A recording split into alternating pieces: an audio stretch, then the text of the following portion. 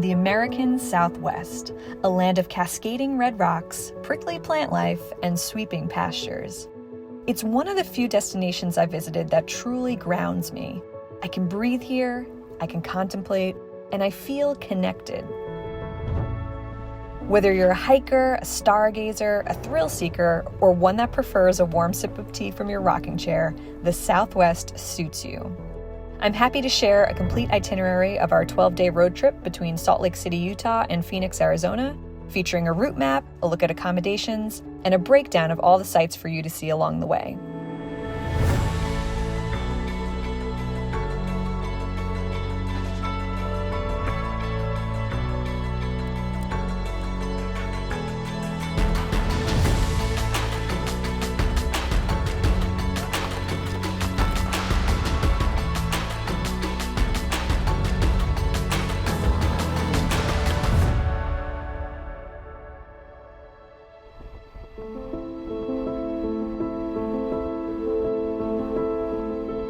Two things to consider when planning your route are the weather and the terrain. In early November, higher altitude destinations were already seeing their first snowfall, so we opted to start in the chilly mountains of Park City and head south to the warm breeze and palm trees of Phoenix. The drive itself over the 12 days was one of my most scenic road trips to date. It was intentionally planned for the views and not necessarily tailored to be the quickest journey. The absolute showstopper along our path was Utah's Scenic Byway 12, a designated all-American roadway that blended in seamlessly with its winding and ever-changing terrain. I dare to say that I felt the road was just as iconic as the landscape surrounding it.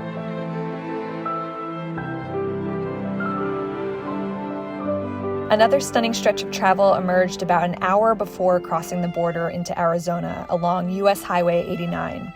This could only be equated to landing on another planet, presumably Mars. It was simply remarkable.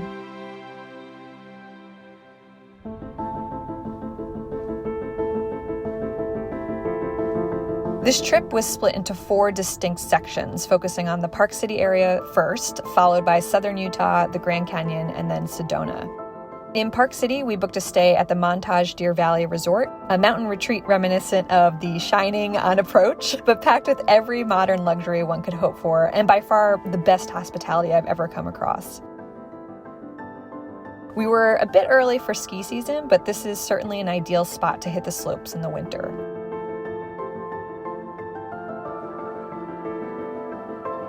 The wide open spaces of southern Utah inspired a different kind of stay for the second leg of the journey.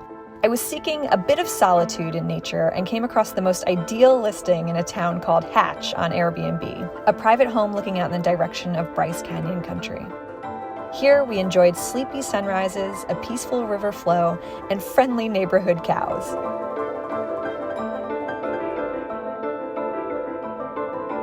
Up next was the Grand Canyon. For this, I opted to stay in Grand Canyon Village at a Bright Angel Lodge cabin along the south rim. This is the more touristy side of the canyon, so do expect some congestion here, but know that modern conveniences such as restaurants, shops, and hotels are all at your fingertips. The cabin itself left a bit to be desired, including thicker walls preferably, but being seconds from the edge of the canyon really could not have been beat. Our last reservation was a stay at the Hilton Sedona Resort at Bell Rock. This hotel placed us within a short drive of Sedona's biggest attractions. Overall, the Hilton was on par with what you'd expect from this hotel chain as far as exceptional food and room amenities goes, but I found the staff to be a bit stretched thin and distracted as they were hosting several large conferences during our stay.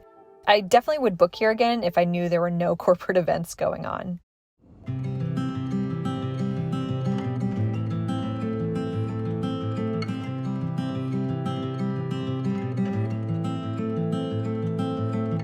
Salt Lake City was founded by a group of Mormon pioneers in 1847 and remains a cultural center for those practicing the religion today. Though the metropolis embraces way more than just a singular faith, it is an ideal spot to visit if you're curious to learn more about the Church of Jesus Christ of Latter-day Saints.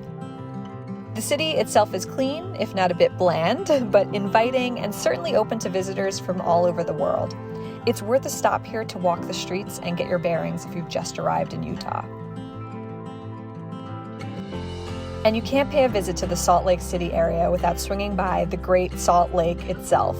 Just a short drive from the airport is the Great Salt Lake Visitor Center, and for a small fee, you can park along the shore of the lake and take in the sights and smells. And boy, do I mean smells. It is quite stinky along this exceptionally salty lake. But the views hold up, and if you're like me and dork out over learning how places like this were formed, you'll appreciate the educational opportunity. As you leave the desert and head for the mountains of Park City, it's worth cautioning that you'll be ascending to nearly 7,500 feet. Tips to combat altitude sickness? I found that preemptively hydrating to the max and having an oxygen canister on hand were incredibly helpful for me. Don't judge, I'll take a placebo effect whenever I can get one. Once acclimated, Park City is a place to explore with its bustling Main Street and world-class ski resorts.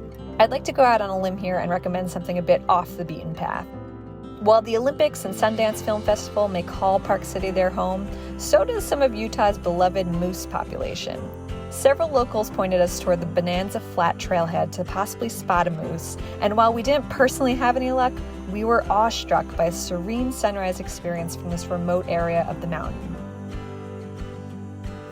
Last mention on this leg of the trip is a bit of an indulgence, a visit to Spa Montage at Deer Valley. Come on, you guys know I can't pass up a little cucumber water and hot stones. The spa is a 35,000 square foot facility complete with relaxation spaces, steam rooms, saunas, and so much more. Whether you book a treatment or not, resort guests are welcome to unwind and utilize the amenities throughout the length of their stay. A road trip really isn't complete without some good road trip snacks. Well, I don't know if this qualifies, but when this East Coast girl found out that In-N-Out Burger existed in Utah, a double-double animal style quickly qualified as necessary food for the road. Just thought it was important to highlight. Please note the locations. You're welcome.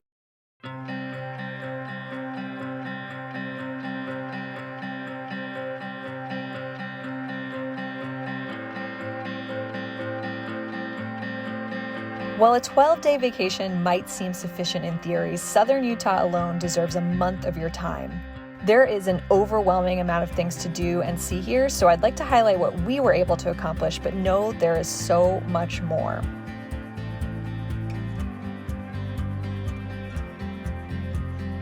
First up is Bryce Canyon, a personal favorite of mine. This national park is home to the largest concentration of hoodoos on Earth, these gigantic, irregular rock columns. It's pretty hard to comprehend how the heck these came to be, but they are sincerely a sight to behold. Fortunately for us, there were a number of hikes to choose from in the area, and we settled on the Queen's Garden Trail, a well-trafficked loop right in the heart of all of the hoodoos. If you're down for a hike, I'd strongly encourage getting to the trailhead as early as possible. We found ourselves on the trail midday, and it was very busy. Next time, I intend to be there at sunrise. If hiking isn't your jam, that's okay. There's plenty of overlooks and viewpoints in Bryce Canyon National Park, and I'd certainly say it's not to be missed.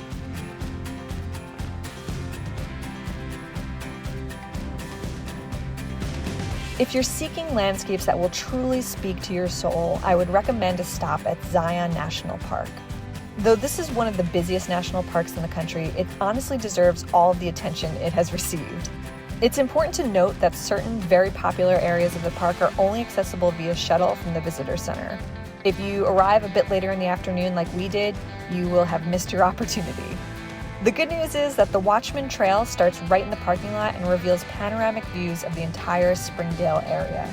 The 3.1-mile hike is a moderately strenuous uphill climb, but it's a rewarding trail and a good option for those who may not have an entire day in the park.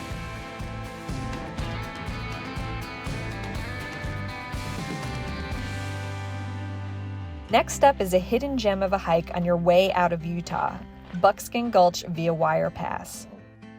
I'd suggest grabbing a quick bite to eat in the adorable area of Kanab as you leave Zion and head south. The Wire Pass trailhead is 8 miles off Route 89 on a bumpy dirt road. As doubts may begin to creep in as you wonder whether this rocky road is really worth it, let me assure you, it is. Buckskin Gulch claims to be the longest slot canyon in the world, and while you can hike an impressive length of it, you can also customize your trip and do a shorter out and back hike. We spent about an hour in the slots before turning around and had an absolute blast. Permits are required for day use and can be purchased at recreation.gov.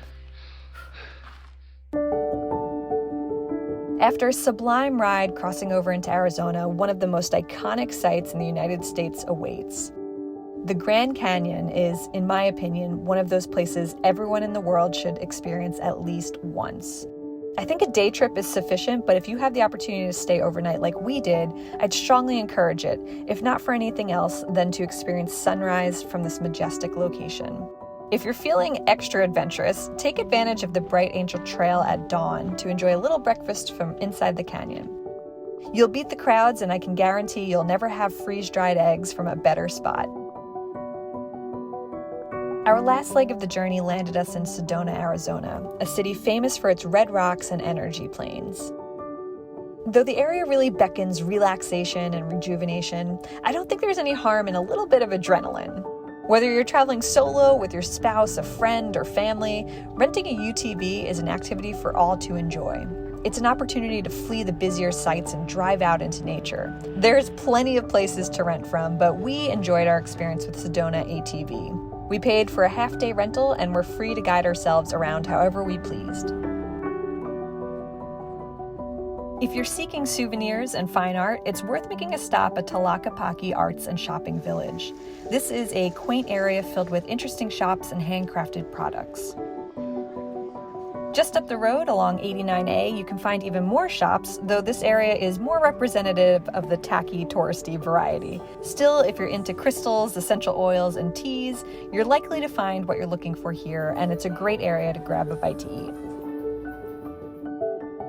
Back out in nature, our next stop takes us into Oak Creek Canyon to Slide Rock State Park.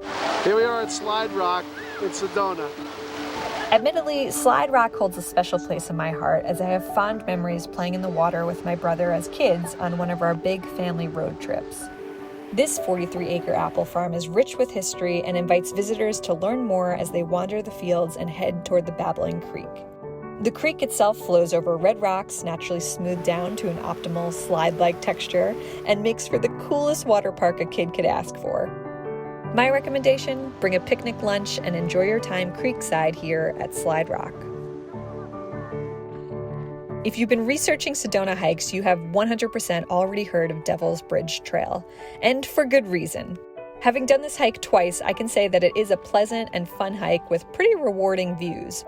My caution is that it is perhaps the most popular hike you can do here, so like all of my other hiking recommendations so far, I'd encourage you to get an early, like sunrise early start if you want to immerse yourself in nature with little distraction. We were on this trail midday and found there to be a 30-person wait just to get a photo from the bridge itself.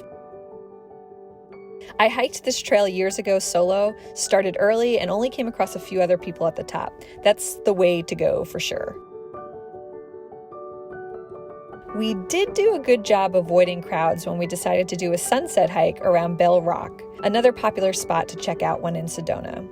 With headlamps on, we were able to enjoy a quiet stroll along the Bell Rock Loop Trail with almost no one else in sight. I had the opportunity to practice some night sky photography, and we took in the most colorful sunset I think I've ever seen. A friendly reminder that you are in rattlesnake territory here, so don't be surprised if they give you a subtle heads up that they're close by. Always stay on trail. If you're game for it, my final suggestion is to drive out a bit from Sedona and visit the old mining town of Jerome. Famous for its once booming copper mine, this hillside community is filled with quirky little shops, a general feeling of ghostly residents, and a historic park detailing tales from yesteryear. It's a unique place, one that embraces the past and somehow avoids becoming a caricature of what it once was.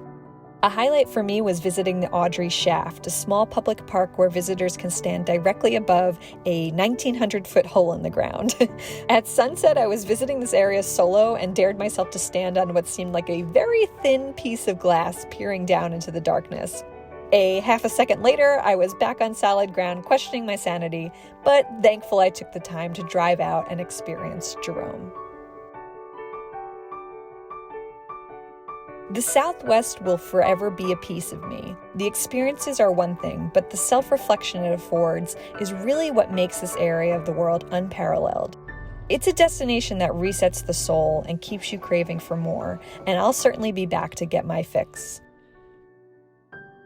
So there you have it. I'll be posting more videos in the coming weeks looking at some of these destinations a little more in depth. And if you're interested, feel free to visit the link in my description to view and download the entire route map and itinerary from this trip. Thank you so much for watching.